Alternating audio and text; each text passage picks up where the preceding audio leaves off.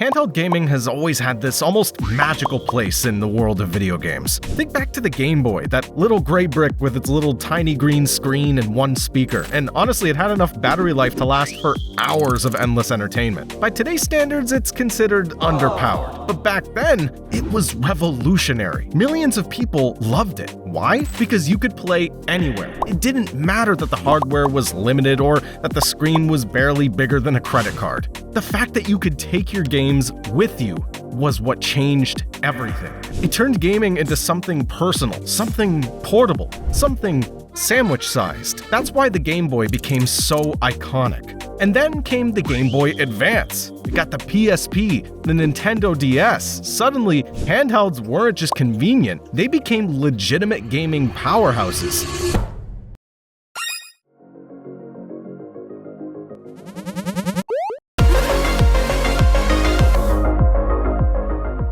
For many of us, having a device that fit into a backpack or even a large pocket was just as important as the games themselves. Fast forward to today, and handheld gaming isn't just surviving, it's evolving. And it's starting to feel like it might actually define the future of gaming itself. Because let's be honest, consoles have gotten out of hand. A next-gen PlayStation or Xbox? Easily $500, $600, sometimes even more. That's before you think about extra storage and controllers, subscription services, and the games themselves. Want a solid gaming PC? Nowadays, you're looking at something that's $1,500 plus. Not everyone can drop that kind of cash, and a lot of players are being priced out of experiencing modern gaming the way it was intended. That's where handhelds come in. They hit this sweet spot. They're portable, powerful enough, and way more affordable than a full console or PC, with some exceptions, and we'll get into that. You don't need a massive setup to play the latest games, and you can take them anywhere. That freedom? It's huge, and honestly, it's only getting better. Of course, we can't talk about this without referencing the good old Steam Deck. It is a prime example. When it launched, many people were obviously pretty skeptical. This bulky-looking device that's the size of a Bible can actually run PC games? The answer, for most titles, yes. It runs an enormous library of PC games, hooks up to TVs and monitors, supports external controllers, and even doubles as a portable Linux PC if that's your thing. And the price? Really, it's a fraction of what most modern gaming PC prices cost nowadays. The Steam Deck proved that you don't need to sacrifice performance for portability, and it set a new benchmark for what handhelds could actually achieve. But the handheld market isn't just Steam Deck anymore. High-performance devices are popping up everywhere. I mean, take the ROG Ally X. It's got high-end specs, customizable options, and performance that can rival some desktops, all in your hands. Then even before that came the Aya Neo, the GPD Win, and a whole range of other portable PCs. Gamers now have tons of choices. They got budget-friendly, mid-tier, or full-blown hardcore portable rigs. The spectrum of handhelds nowadays has expanded tenfold, and each new device is pushing the idea of portable gaming further than ever before. Now, what makes handhelds so exciting isn't just the specs. As I've mentioned already, it's the freedom. You could play anywhere, on the bus, a coffee shop, during a long flight, and then you could dock it at home for a full TV experience while it charges back up. And like I said, some of these devices double as full PCs, meaning you could work, stream, multitask, edit videos all on the same device. That kind of versatility changes it from being just a gimmick that can play games portably to a full-blown, high-end experience that does everything. It's no longer about sinking hundreds, maybe thousands of dollars into a single console or single PC setup. It's about having a device that fits your lifestyle and gives you a full gaming experience wherever you are. And after the launch of the Steam Deck, a lot of big companies started noticing.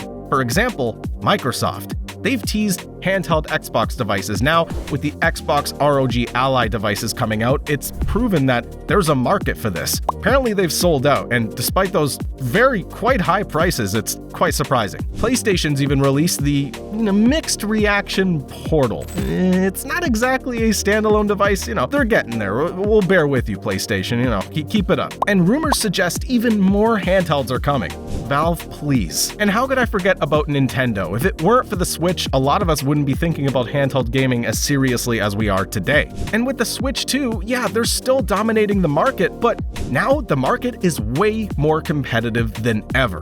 High-performance handhelds and portable PCs are expanding gaming to a much wider audience, including people who might never have bought a traditional console. Now, of course, handhelds still have their issues. Battery life is a very limiting factor, and especially for high-end devices, heat management is tricky. I mean, you're packing powerful CPUs and GPUs into a small device, and really that isn't easy. Ergonomics have improved too, but nothing beats a full-size controller for long sessions. And casual players may be intimidated by PC-style menus and configuring settings, but here's the thing: every generation gets better and streamlines things. Batteries last longer, chips get more efficient, and designs grow more comfortable. With each iteration, handhelds are inching closer to offering a full console experience right in your hands. Looking back, it's clear why handhelds have always mattered. I mean, the Game Boy succeeded despite its limitations because it made gaming portable and accessible. The PSP and DS built on that foundation with better hardware, larger screens, and more ways to play, and,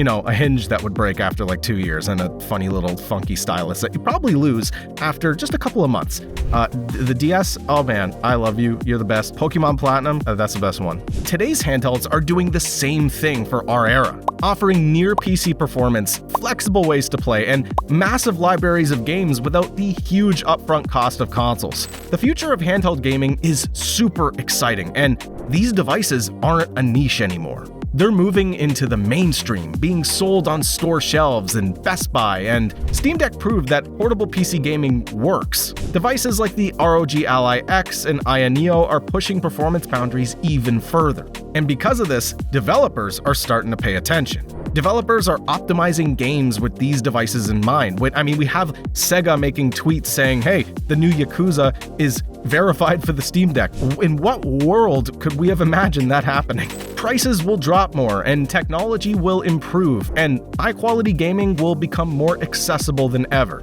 Handhelds don't just solve portability, they solve flexibility. They allow seamless transitions between the living room and on the go. I mean, heck, you could be playing Mario Kart in your hand, just like on the bus, and then boom, dock that thing at home, and now it's on your big screen. It's magic. They remove the need for huge upfront investments in stationary gaming setups. And as innovation continues, the line between consoles, PCs, and handhelds continues to blur. Gaming's becoming untethered, and handhelds are leading the charge. And with AMD FSR and NVIDIA DLSS, it's becoming much easier to run very demanding games nowadays on much older hardware. The rise of handhelds isn't just a response to flexibility and freedom, it's a reimagining of what gaming can be. And we can't forget about the most important part, the community. The modding community for handhelds are some of the biggest wizards imaginable. These people are casting spells and upgrading the GPU inside of the Steam Deck, plugging it into an external one. Insane stuff. And with plugins for the Steam Deck like Decky, it allows for some insane customization, like you can configure the power wattage more effectively, you can change the themes, you can listen to background music, you can control your AirPods through a plugin on Deck. You can't even do that on Windows. And with a tool called lossless scaling made by a developer themselves, it just makes it easier to run more games more effectively. And this is all from community efforts to make handheld gaming and lower-end portable gaming the way. We're finally getting off our butts and being able to take this experience with us wherever we want, and that freedom is super important. And yes, the problems exist like bad batteries and bad performance, but as technology improves, batteries will last longer, GPUs will become more efficient, and software will be more optimized. We're seeing this with Microsoft making a version of Windows that's specifically catered to the new Xbox ROG handhelds. I didn't think Windows and Microsoft had it in them, but I can't believe they're doing it. Thank you, SteamOS, for leading the way in terms of what should be the standard for software on gaming consoles. And with all these improvements, hopefully prices can become more accessible too. The strategy that a lot of developers and handheld makers need to use nowadays is cheap priced handheld first, sell software second. Now, this is harder for other companies that aren't Steam to do because Steam owns a platform, But when we see Xbox release future handhelds because the one they're releasing is ridiculously priced, maybe they'll be cheaper in price because they can upsell the games. And as prices become more stable and accessible, handheld gaming won't be a luxury anymore. It'll be a real option for almost anyone. The story of handheld gaming is one of accessibility, innovation, and evolution. From the Game Boy to the PSP, from the Switch to the Steam Deck and beyond, these devices have constantly pushed the boundaries of what portable play can mean. The devices we hold today are laying the groundwork for an era of gaming that finally prioritizes the player, offering power, choice, and freedom in ways that were impossible even a few years ago. And really, we should be doing everything we can to push as much power as humanly possible out of these devices that we have. On a personal note, I own a Steam Deck, as you know if you've seen my YouTube shorts, and this device to me is a game changer. I did buy it 3-4 years ago now. It is an older device, but this thing still impresses me day by day. It is super versatile, and I push every ounce of power I can out of that thing and maximize my use of it because really, for its value, it offers a world of possibilities. The future of gaming handhelds leaves one promise that I hope they can give to everybody. Can we see better performance? Can we see better ergonomics, better software?